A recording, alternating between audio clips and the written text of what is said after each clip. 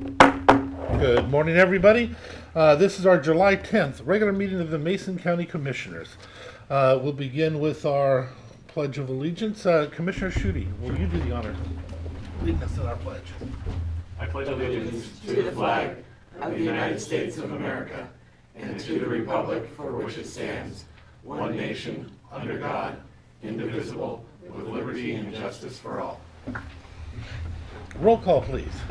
Commissioner District 1, Randy Netherland. I'm here. Commissioner District 2, Kevin Schutte. Here. Commissioner District 3, Terry Drexler. Here.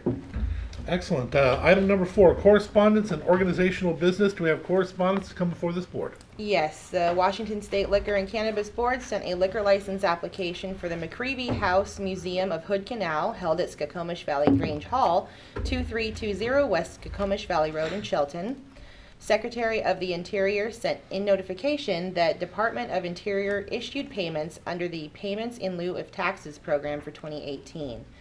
Cheryl Alexander sent a letter regarding the sliding of the rock wall on Northeast North Shore Road. And Marilyn Vogler submitted an application for the Mason County Planning Advisory Commission. Thank you. Item number 4.2, news release. Mason County and City of Shelton recycling press release. Bart? Commissioners, public. I have a couple press releases about solid waste stuff. The first one is a joint press release with the City of Shelton. Due to new environmental policies, China banned the import of many recyclable materials on January 1st, 2018, and lowered the contamination rate for recyclables not covered by the ban to 0.5%.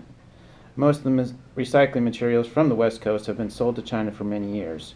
The new policies have reduced the amount of recycling materials sold to China and resulted in commodity prices dropping to a negative value. Material recovery facilities have scrambled to find new markets to accept the recycled materials and have instituted new machinery and procedures to clean recycled materials to a low contamination percentage. There is continuing market uncertainty even for materials not covered by the ban. China is now conducting strict inspections of recyclables at U.S. facilities.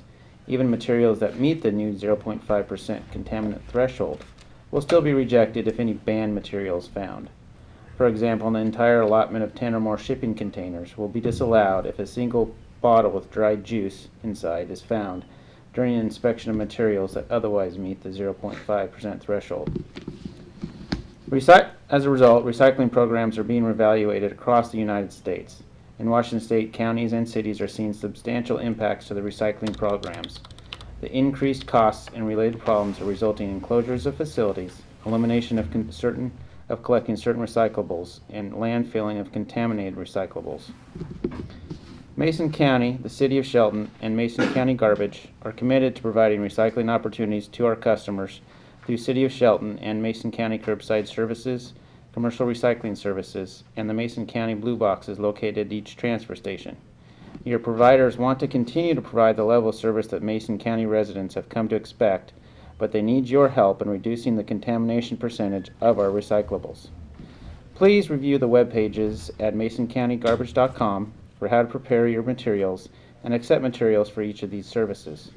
Blue Box information is available at the Mason County website. Source separation of recyclables from garbage is the first step. Recyclables must also be empty, clean, and dry. If you do not know whether something can be recycled, throw it in the garbage. When in doubt, throw it out. If you have any questions, you can contact Bart Stepp, Mason County Public Works, at 360-427-9670, extension 652. So that's my first news release. The second one relates to construction ongoing at Yells Hill Transfer Station. Mason County Public Works is advising citizens of Mason County that the Yells Hill Transfer Station is scheduled to be closed Monday, July 26, 2018, and July 23, 2018, from 8 a.m. to 12 p.m. This is another closures for the Yells Hill Transfer Station Improvement Project. These closures will continue throughout the summer months and scheduled on various Saturdays and some half-day closures on Mondays. Notifications of these scheduled closures will continue to be posted on the county web and Facebook pages. We appreciate your patience and understanding during the construction of this project. Notification will be posted on site as well as the county Facebook page, solid waste web pages. Residents may consider using one of the other transfer stations during the project or closures. Visit the county webpage to see hours of operation for Belfair, Union, and Hoodsport drop boxes, or contact the Public Works Utilities and Waste Division at 360-427-9670. Thank you. Thank you very much. Yep. Is there any other correspondence or organizational business to come before us? No. Thank you. We're going to move on to item number 5, which is our open forum for citizens input. This is your opportunity to speak to the commission on any item that is not on the agenda. If it's on the agenda, we ask that you wait, and you'll be given an opportunity to speak at that time, so this way you can testify or ask any questions in regards to any of those items. But remember, we're limited in time. We don't have a lot of people here, but I still have to say it. 5 minutes per person, 15 minutes total for everybody. With that being said, is there anybody who would like to speak to the commission on any item that's not on the agenda? Nice to see you. Steve Gilmore with Republic Services. I'm a municipal relationship manager serving kind of Southwest Washington for Republic Services. First, I would like to thank Bart and his team for being very proactive on the recycling side of the equation. This has been incredibly impactful for the industry. We run the largest MRF in the state, over 200,000 tons a year of recyclable materials that go through our facility, and this has been a very difficult issue to deal with. We have actually invested over $12 million just in the last year to actually slow down the process and try to get the material clean, and it's still not passing muster. So, we're working through those issues, and I think being proactive like Bart and the team here is doing is the right thing to do. So, communication is the best approach. Last night I sent an email to you folks regarding your current RFP process regarding the privatization of the transfer station. I would like to request that the commission postpone that process indefinitely until another decision is made by another county a little bit further south. Cowlitz County is currently going through a process regarding their headquarters landfill in terms of deciding whether they're going to develop a public-private partnership with a private company. They're currently going through that process. Hopefully a decision will be made in the next 60 to 90 days, but they're working through the process. As you folks know, when you put out your RFP, who knew that Cowlitz would be in this process at the same time? And you're asking yourself, why does this impact Mason County? Headquarters landfill will be the only landfill in Western Washington that will be able to accept municipal solid waste. In terms of your ratepayers, this could be a significant benefit, actually, to your ratepayers. And the reality is that all three of the major companies, Waste Connections, Waste Management, as well as Republic Services, that would likely bid on your RFP, are going to include disposal as part of their responses. So until that issue is resolved, this is probably the most significant solid waste issue that has hit Western Washington in 25 years, except for the development of the regional landfills down in the Columbia River Gorge area. This is significant. As an example, from your Eels Hill transfer station to headquarters landfill is about 98 miles, which is significantly less mileage than where your waste is currently going. And why that's important is the biggest cost factor of your long haul disposal is primarily transportation. So, if there's a cost savings or a benefit to your ratepayers by waiting, slowing down the process, I think there's value in terms of your long-term benefit to your residents in the county. Like I said, this is the most significant impact or decision in solid waste for many, many years. Your long-haul disposal contract isn't up until 2020. So that still gives your staff and you folks plenty of opportunity and time to go through this process or start the process a little bit later in the year once that decision's been made, or even early next year to move forward with an RFP process.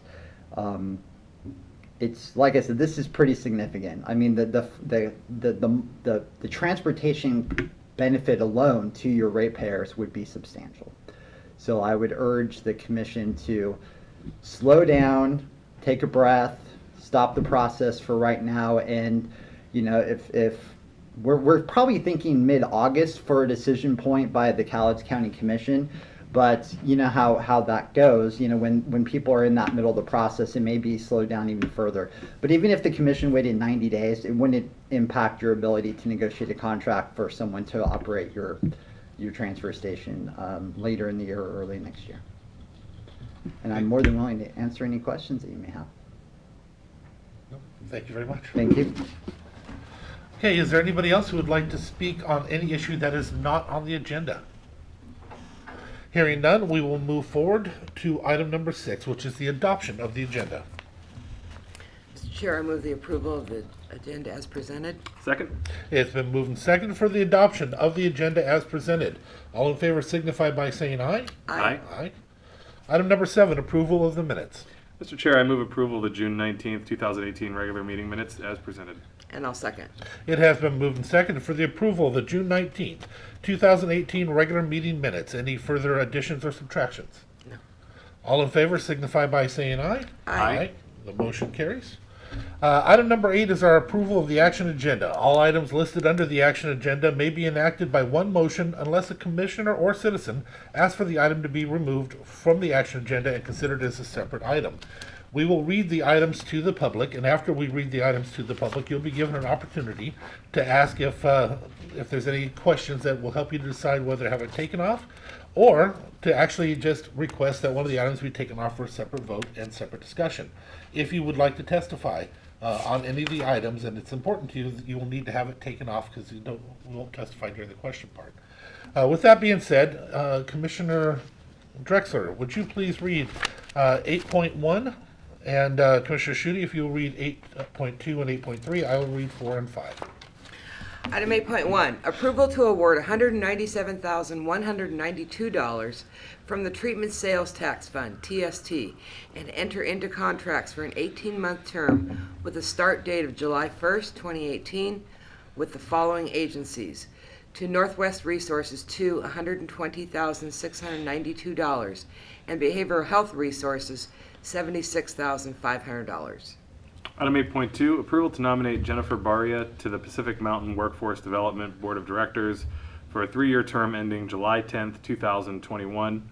Item 8.3, approval of warrants, treasurer electronic remittance for June 2018, $3,563,614.88.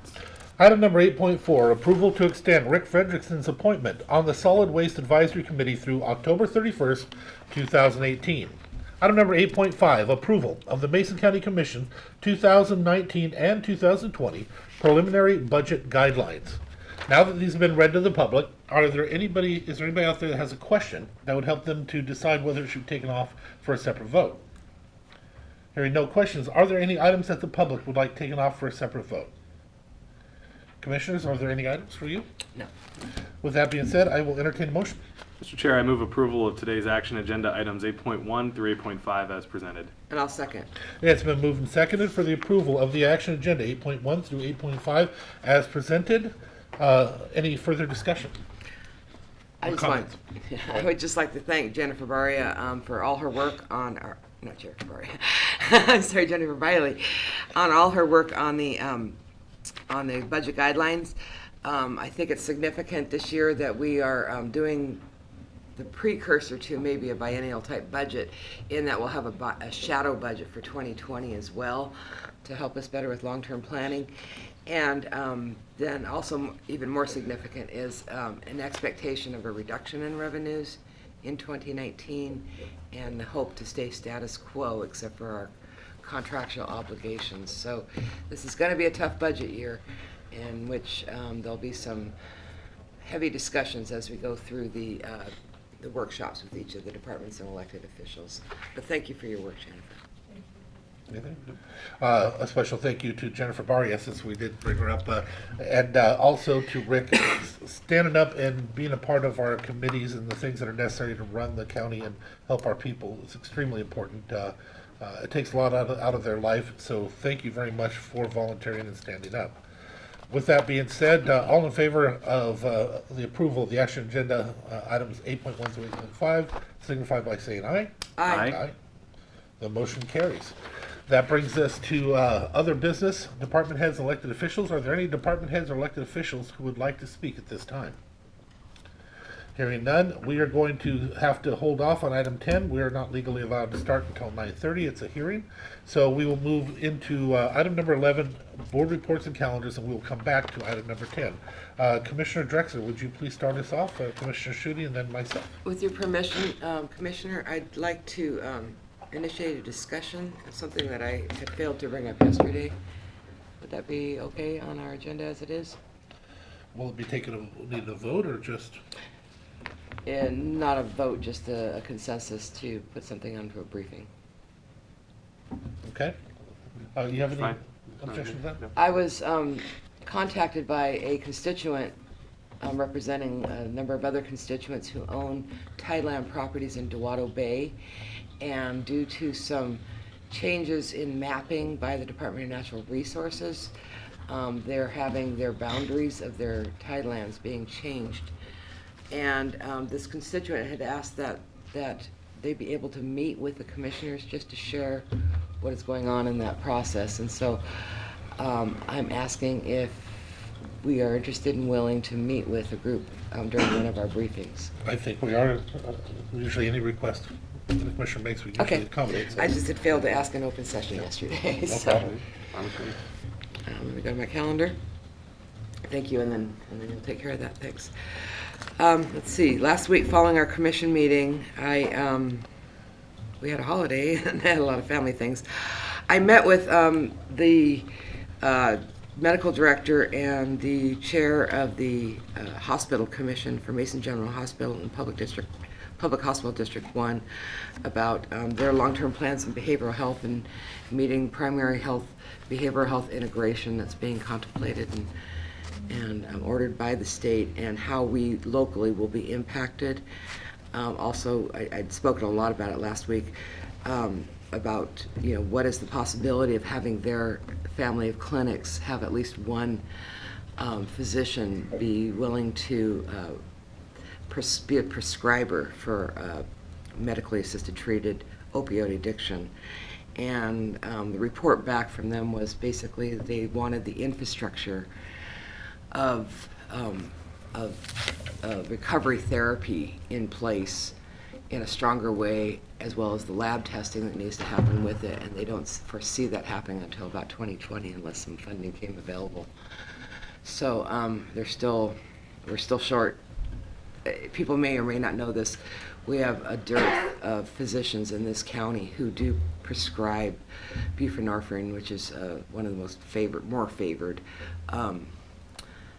treatments for people trying to recover from opioid addiction, and just trying to get more physicians that would be willing to do this. I met and did an interview with research scientists around the human well-being aspect of our near-term action application and acceptance process for the Puget Sound Partnership for Salmon Recovery and for the waters recoveries, and emphasize to this gentleman that we don't really have a good way of determining of all the projects that are on the lists that we are to consider as the Hood Canal Coordinating Council, any way to determine what is the impact on quote-unquote human well-being. I think that's could be defined in many different ways, and so we need to work on that. Let's see. I will be meeting the ORCA meeting, and then the Budget Advisory Committee meeting is Wednesday. And then I'll be meeting with Scott Brewer from the Hood Canal Coordinating Council, and then the Cascade Pacific Action Alliance. And then there'll be a group of folks discussing some economic development opportunities here in Mason County on Friday the 13th, and then back here for briefings on Monday the 16th. Thank you. Thank you, Mr. Chair. A few items from last week. One of the issues that I've been hearing a lot about lately, and is maybe both of you have as well, has been some of the backlogs in the permitting department, and how how folks are dealing with that and how we're managing through that. And part of it is a consequence of an economy that's picking up. We're seeing people coming in and wanting to do projects and build, and that's fantastic for economic development. What it does, though, is it creates some delays, and so I've been helping. I had a couple of meetings last week with constituents who have permits in the process, and our staff has just done a fantastic job of trying to work with people that are hitting roadblocks. And Dave Wyndham, the director in community development, has been very proactive in terms of going out and meeting with people at their project sites and looking for creative solutions. And so I had a number of meetings like that last week, and I find that to be very, very productive. Also had a conference call with the Alliance for a Healthy South Sound as we continue to try to find projects that are not just meaningful but doable in the South Sound region, and sort of go through that process and with the Puget Sound Partnership and some of our other local stakeholders. Looking ahead, this week after the meeting today, I'll be meeting with Jennifer Baria from the EDC in her new role as Executive Director. Excited to hear some of her thoughts for economic development, business recruitment and retention here in Mason County, and how I can be a good partner in that process. Also have our MaceCom board meeting. I have a Mason Transit Authority pre-agenda meeting this week. I'll also be meeting with Scott Brewer from the Hood Canal Coordinating Council. And then I have a meeting with Aaron Hall from Olympia Master Builders to discuss, again, the permitting issues and how they might be able to help find some efficiencies to make that process go a little smoother, and then back for briefings. One other quick item I wanted to bring up is Steve Gilmore from Republic mentioned about the RFP process and postponing that. I certainly would be in support of that. I think the market, the reason we're looking at privatizing is because of the market. And when there's market volatility, we might not have an accurate snapshot of what opportunities exist. And so if the commission feels that's more of a discussion point for Monday's briefings when Bart is back, that's certainly appropriate in my opinion. But I did want to thank Steve for making the trip up here today and bringing that to our attention. And certainly if we're going to privatize, we want to capture the market at the right place. And if there's some uncertainty, then we have to be aware of that as well in the decision. Thank you. And my request is that we set it up for our Monday briefing, so we have our staff, we have our director here in the audience. So we're saying that actually to him, just so everybody knows. Okay. As he feverishly writes that down. Yeah, I met with Representative Auditor's Office as we're going into this year's audit, requesting any information or questions or issues that I may have, or anything that I may be aware of. This is a normal thing that we go through yearly. The chair usually sits in for that. I met with many different citizens on different items. We have a lot of issues that are happening up north right now that people are questioning, have questions about, including the gravel pit and some road issues that have been coming up. We had the rollout of the domestic violence grant in North Mason.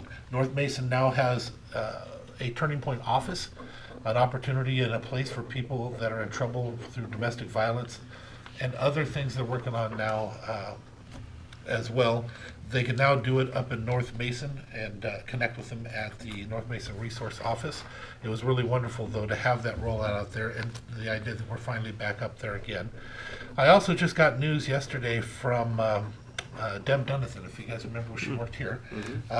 They called me in to meet with this organization a while back in hopes that we could do a partnership and show support and get them to kick in and help with their finances. They have been awarded a 3-year operational grant of $100,000 per year. What is the service that they're providing? Turning Point is the domestic violence shelter. Okay, I didn't realize, you didn't say that first. Oh, my Okay, so yeah. Turning Point received, congratulations to Turning Point. That's huge because they've been in trouble. They've been dealing with some stuff, and to have money like that come in at this time is incredible. And it's so funny because as Deb was leaving here, we got $300,000 from something she had put together as well. It's funny how all that comes back around. I attended the candidates in the park. We were both there at the same time with that. We didn't have any discussions about anything except for a hello. I met with Senator Cantwell, and we ended up having some nice discussions on our opioid issues that we're having and what she's doing to try and help us. She came out and we put together a forum for her a while back, and she was back and we had some great discussions. she's very active with our county on this, watching what we're doing. We had our briefings again. So now after this meeting, I will also have a Housing Coalition meeting, a PTSA meeting. The ARC will be meeting, of which I take over as chair at this meeting tonight. Opioid stakeholder meeting. Will you be there for that this time? I don't believe I will. Okay. Because we both attend that one quite often. Let's see. Voting issues with people with disabilities is having their meeting. I represent the board on that. We have an Economic Development Council meeting. I have a Mason Transit Authority policy meeting. There's a gathering to go over some of the opportunities and some of the things that are required or requested in order to bring a hotel to this area. I will be attending that meeting, and that brings us back to briefings and, of course, meeting with constituents. With that being said, we are so close. We've got 1 minute left to So kill. Commissioner Heffer, is that meeting Friday?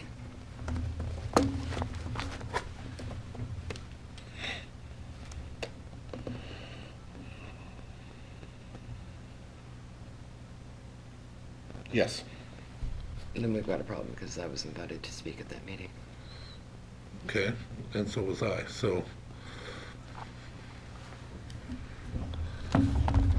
Well, at least we are announcing it now. We'll figure it out at the time as it goes. All right, so we've got only a few seconds left. Anybody got any good with the order? Anything wonderful happening? Any vacations anybody's going on?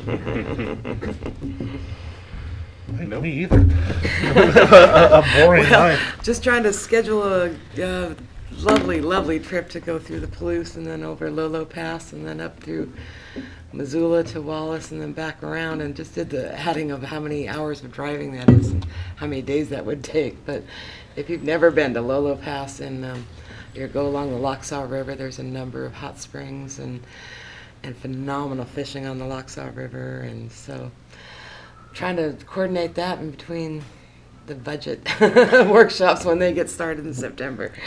The big question is, did you or did you not fly off of the raft? I did not fly off. Okay. He couldn't get me off. She posted a picture on Facebook, everybody, that, so now which one is right? I have 9:28. So we have more minutes that we have to get. We cannot start until 9:30, folks, so. Well. All right. Well, if you get a chance, how about this? That Turning Point, that organization is just down the road down here. If you get an opportunity for anybody that's at home, understand that this is the third largest entity for housing domestic violence people in the state of Washington. The third largest is right here in Shelton, and they're always in need of certain items. You know, anytime you can bring meat or any other item like that is always appreciated. But the women that are there, and there's kids. A few years ago, or last year for Christmas, we put together stockings for the kids that were in there. We put together 41 stockings. So that tells you how many kids are in there, at least at that year. If you want to bring any donations, remember these ladies are trying to start their lives over. Bring hair dye, bring other things that would help them to feel secure in themselves as they go out and try to start a new life, get a new job, and trying to make things better for their family. It is always appreciated what that organization does. They were there for the vigil event and all, so I guess that's my pitch. It's not political, it's just in hopes that people understand how important that entity is, and if it's your family member that ever needs help, at least they have a place to go. You can't say that everywhere else, I can guarantee you. So now with that, I think we're about there. We are, and we will open up the hearing. All right, this is the public hearing to consider the resolution adopting the amended 2018 annual construction program. Staff, John, please says hi. Good morning, County Commissioners. My name is John Hustis. I'm the County Engineer, and I'm here today to conduct a hearing for you to consider amending the 2018 annual road construction program. The resolution that you're considering today basically identifies Chapter 136-16 of the Washington Administrative Code, which sets forth the procedures for the adoption of the annual construction program. And I'll just go through a couple of sections of the Chapter 136. The adoption of the annual program is mandated by the County Road Administration Board, and their primary regulatory role in the annual construction program is to enforce regulations limiting the amount of county force work that can be done. So there's a calculation done annually based on the population and the size of the county's program and funding and so forth that specifies a condition placed on how much construction you can do with your own forces and your own equipment and so forth. So they're very interested in looking at that, both in what we anticipate doing when we do our preliminary program for the following year, and then in the year after that we have to report to them on what we did the prior year so they can verify that we didn't go over our regulatory amount. The purpose and authority for this statute is that the annual road program shall include recommendations for all road and bridge construction projects and all road equipment purchases for the ensuing year. The county legislative authority shall consider the recommended program and make any revisions deemed necessary. So in this resolution you're considering today, it's going to replace Resolution 73-17 that was passed on November 28th of 2017, adopting this year's annual program. And basically it's a listing of all of the projects and funding types that we envision working on in the year. Now if we happen to get in, as we did this year, we happen to get a couple new grants that come along, or after you passed the resolution last year adopting the program, we didn't finish up a project, so it slips into this year. It wasn't envisioned, but it happened. Those are the types of things that would require us to amend our annual road construction program. So WAC 136-16-042 says modification of the program. The adopted annual program may not be changed, revised, or increased except by unanimous vote of the members of the legislative authority who are present when the vote is taken. Such modification shall be by resolution of the legislative authority and shall list each changed, revised, or added project. A copy of such resolution shall be forwarded to the County Road Administration Board within 30 days of its adoption. So that's what we're looking at today. And then, as I mentioned already, the reason this is important is because they want a complete listing of all the projects we're going to work on. We're not actually legally able to work on projects if they're not included in this, and so some of these projects that we've gotten money in, we want to start working on them this year, start doing some engineering, design work, and so forth. So that's why we're part of the reason why we're looking at this, and I'll walk you through the rest of the resolution that's before you today. So this is going to rescind and replace the resolution of November 28th. It says that unanticipated funding and schedule changes have resulting in a need to amend the annual construction program in order to comply with the WAC that I just walked through for you. And that we're holding this hearing today to answer any questions and consider input from the public before you consider approving this resolution.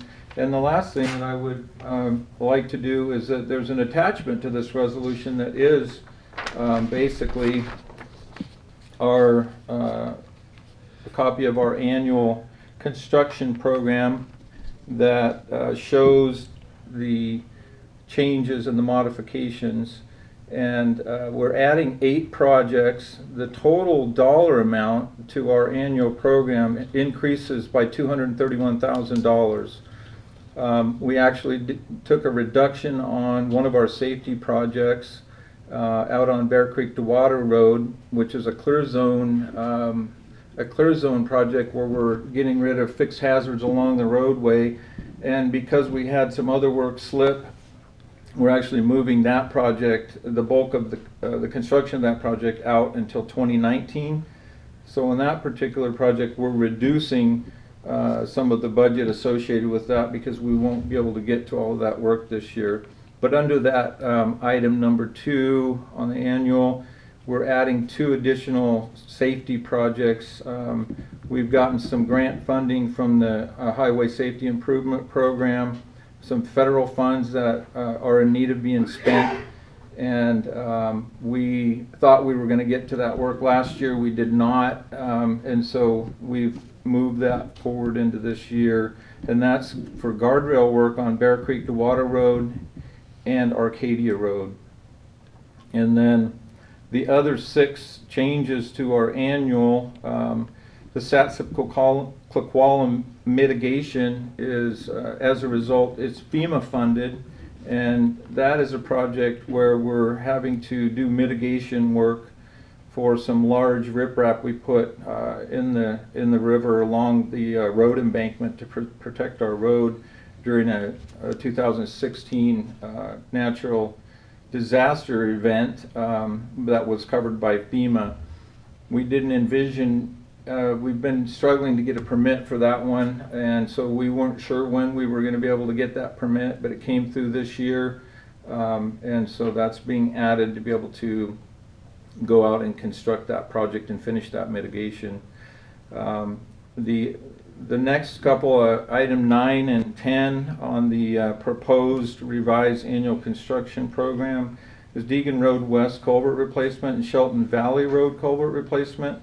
The Deegan Road is Fish Barrier Removal Board funded, and the Shelton Valley Road culvert is the Salmon Recovery Board funded, both basically fish passage projects that we knew there was a slate of them to be considered. We weren't sure which ones would actually receive funding, and so we weren't able to add those to our annual, but because now we know they've been approved and awarded and we're going to actually deliver those projects, we're adding those into our annual to be able to start design work on them this year. Then the next one, the Trails Road Alternative Route Analysis, is one that we envisioned doing last year, but we didn't get to it, and so it slipped into this year, and so we need to add that to our annual. The next item, number 12, Shelton Matlock Road Culvert, is one that's funded by the CRAB Board, and it's funded under their Rural Arterial Preservation Program, and it's been out there for some time, but the funding finally became available to be able to utilize it, so we are adding that one as well, and to begin design work on that. And then the last one on this this revised annual, is the Belfair Connector Study, or the Belfair Mobility Plan, if you will, that's looking at connectors to the new freight corridor up there. And that was one we envisioned doing last year as well, but it got slipped into this year, and so this is providing funding for that, to complete that study. Again, there's the numbers are in the amended program as far as the dollar amounts, shown both county road funds and grant funds, and the source of those funds. The total difference is $231,000 increase in our program. I don't know if there's any more detail anybody would like to have, or any questions about that before you consider the resolution. And we'll find that out right now. Is there anybody out there in the audience has any questions in regards to the presentation that was just done? Hearing none. Commissioners, do you have any questions? I have a couple of them. Please. So I was kind of intrigued. It must be passed by a unanimous vote? Yeah. Did I hear you Yep. say that? That's interesting. That's what the regulation says. I That's think why I that's the read only it. thing I know about, that we have to have a unanimous Of the vote. members present. You're all present. The safety projects up on Bear Creek to Water Road, so you're taking away the work of clear zone, of stump removal, et cetera, and putting in guardrails. Is that, did I understand They're that both, correctly? they're two separate projects. What we're doing, actually, we're basically just reducing the amount we anticipate spending on the clear zone project this year, because the biggest expenditure year is for construction, and we're going to continue design through this year and be able to be ready to construct that one next year. So you'll see that larger chunk of money will come back into our annual for next year. So then what would the $308,000 under contract pay for? Is it guardrail? I heard you say guardrails. Okay, yeah, so if you look at the proposed amended plan, the second one down, the Bear Creek, the one that shows milepost 0 to 5.2, that's the guardrail. That's going to construct guardrail at various locations in that first 5.2 miles. Is it new guardrail or replacing old guardrail? That's a good question. I think they're both. Okay. Yeah. Okay, thank you. And then the Belfair alternate route analysis work, the connector study, is that work that's already been done and we just need to pay them? I mean, Yes. when are we done with? When do we get the final? We We just reviewed the final Did we? report, I think, so there might be a couple of tweaks based on some of the comments, but it's pretty much done. At least I've looked at it. Jerry's reviewed it. I think it's going to maybe the tip cap in 2 weeks, and other citizens' interest groups for comments. And staff reviewed it week before last. Mhm. Okay, so the work's pretty much done, we just Yeah. need to be able to pay them. Yes. Okay, Yes. in this fiscal. Okay, thank you, that's all my questions. Questions? Hearing none, we will close that aspect, and we will now open it to public testimony. Is there anybody in the public who would like to testify at this time? Anybody in the public? Hearing none, we will close public testimony and move to commissioner deliberations. Commissioners, deliberate. I want to thank the hard work of going after the grant funding and taking on this work at the Satsup Coquitlam mitigation. I know that's something you guys all wanted to be having done by now, and so I'm glad that's going to get done and we can be done with that project altogether then. I'm in favor of amending our annual construction program. Same, I'll make a motion if. Okay, please. Mr. Chair, I move the board approve and execute the resolution adopting the amended 2018 annual construction program. And I'll second. It's been moved and seconded that the board approve and execute the resolution adopting and amending the 2018 annual construction program. Any further discussions or comments? No. Just a thanks to Public Works and staff for continuing to look for creative solutions to some of the project needs that we have in the county. And John, I think this is probably your swan song with in terms of having a public hearing during your tenure here, and appreciate everything that you've contributed to the county. Thank you, Commissioner. Thank you, John. Thanks, John. Anything further? All in favor signify by saying aye. Aye. Any opposed? Hearing none. The motion carries. That hearing is over. We have already done our calendars. Is there anything further to come before the body, or are we prepared for a motion to adjourn? Mr. Chair, I move that we adjourn. Second? Moved and seconded that we adjourn. Hearing no objection, we are adjourned.